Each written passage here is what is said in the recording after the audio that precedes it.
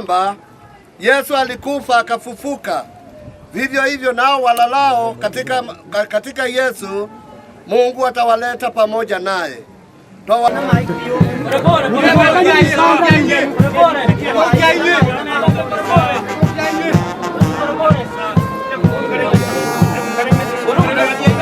To represent my good friend, says the governor of Embu.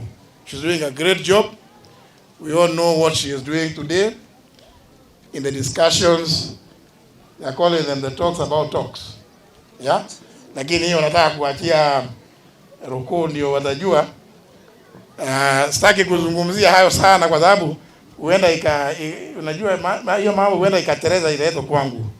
So nikizungumza sana niko na maoni yangu, lakini nikizungumza sana watu wanaweza sema hapana, you will not be fair to us. Kwa hivyo hiyo wacha niwaachie waendelee wayazungumzie. It is good for people to discuss, to talk. Wacheni watu waongee.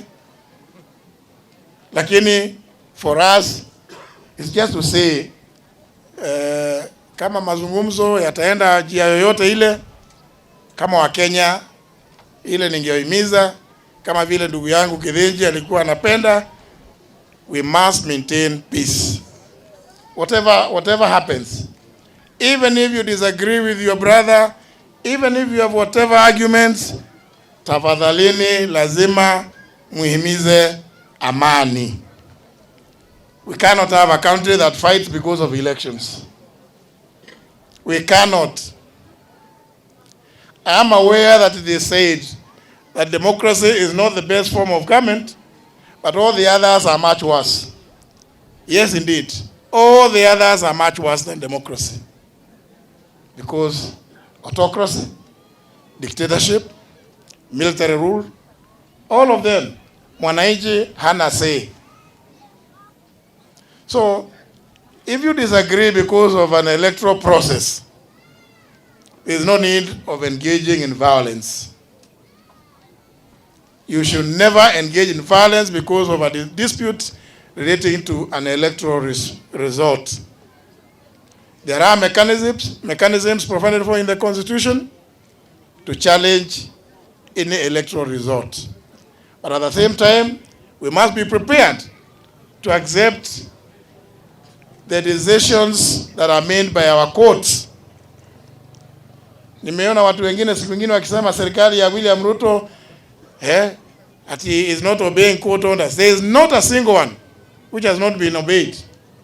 Even when we disagree, even when we don't like those judgments, but we obey the court orders. We have been obeying all the orders because we must promote constitutionalism in the country. Hiyo ndio kuleta amani katika nchi. Kwa sababu uchaguzi utakuja leo, utakuja kesho kutwa,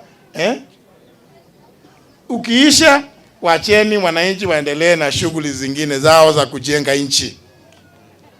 We cannot be perpetually involved in politics. Na nimesikia Sami, nimesikia mumeomba kura. This is 2023. Umeomba, lakini anyway, lakini wacheni fanyeni kazi kwanza. Ama namna gani? Fanyeni kazi kwanza. Unajua hao wanaona. Hata usijali, wafanyie, wanaona. Na utaona hata utashangaa vile watamiminika kusema yes tumetosheka, lakini wakisema hatutatosheka kuna siku nyingine. That is what we are asking every politician, every political leader, no matter your stature, no matter your history, no matter where you come from, please respect the will of the people as reflected in the electoral results that are announced whenever an election is called. We have a government which we have to protect. And it has, we have a very serious platform, a very premium platform called the National Assembly. As the the former member of parliament has said, the only institution which can be able to change laws and come up with laws which can be of monetary effect and others is the National Assembly. The Attorney General, we know the talks are happening at Bomas of Kenya. But these talks, whatever the agenda in those talks, can be done at the National Assembly under the Senate. Because those talks are geared towards selfish interests of one person called Raila ODINGA. Whether it is elections, that is why the Attorney General, I have forwarded an amendment of Election Act 2011, Article 24 and Article 44 of the Election Act, so that we are able to automate the election process of the Republic of Kenya by ensuring we have different definition of what a ballot paper is. We ensure we will not be using the ballot boxes to do our elections.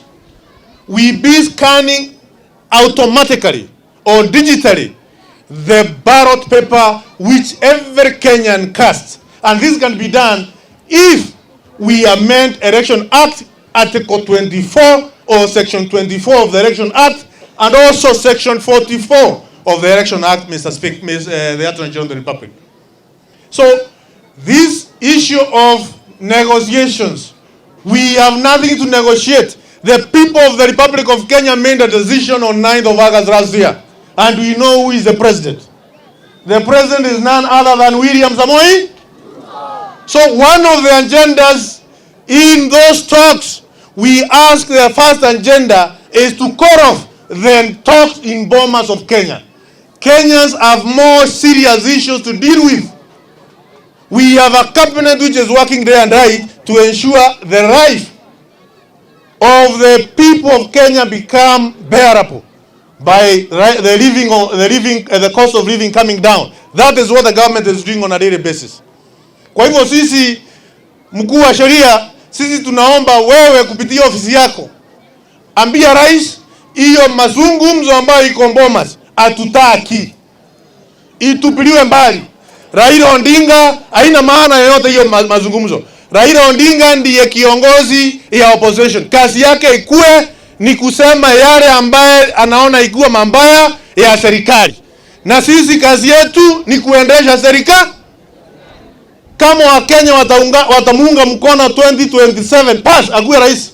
Lakini kwa sasa tuko na rais, na rais ni mmoja.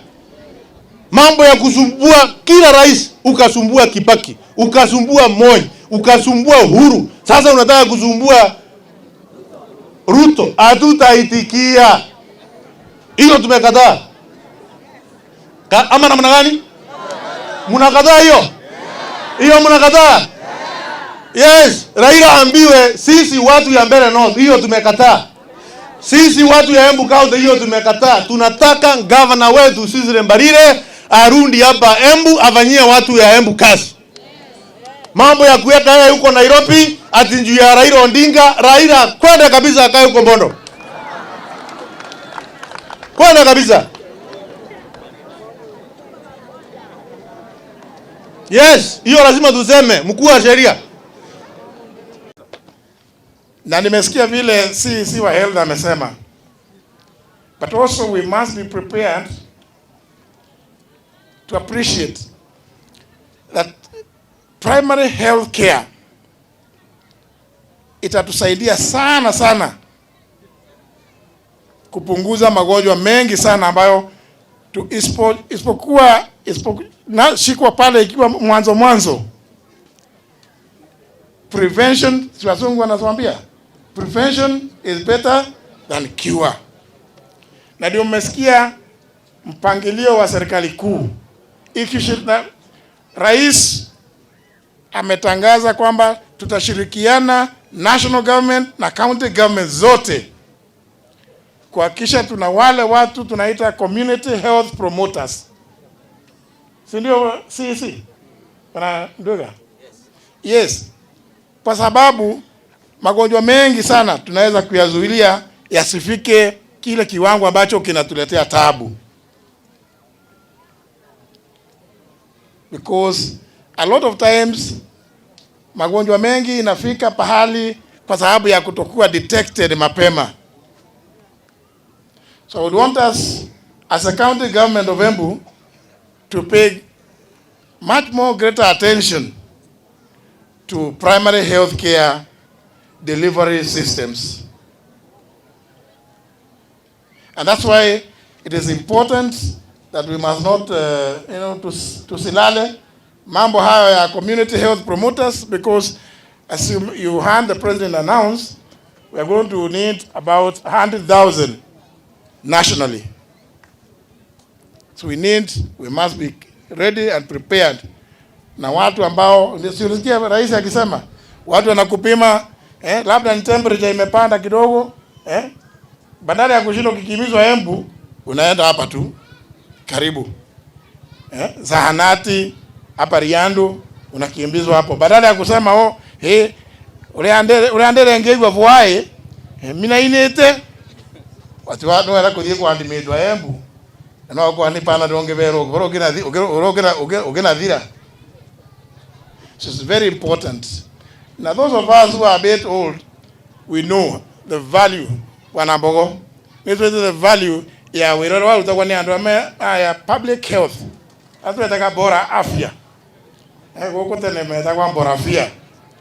Achimage da makibu bagiri ya goko sehemu nondo wako kunyiva vyaro wage.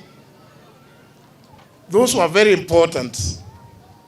So we need to begin to refocus. And this is going to be important. Just last week, at the opening of the devolution conference, you heard the president say that within 2 months, 60 days, he wants us to have agreed as a country on the transfer of the remaining functions, which in the fourth schedule to the Constitution are supposed to be devolved. So, Speaker, my brother, na wale wengine kazi kwenu bana, Francis Dwiga, kazi itakuwa nyingi. I saw very many chief officers and I really must appreciate you to have come, Bwana Ndiga, Kadiga and the others, Madam, for having come to represent my good friend, says the governor of Embu.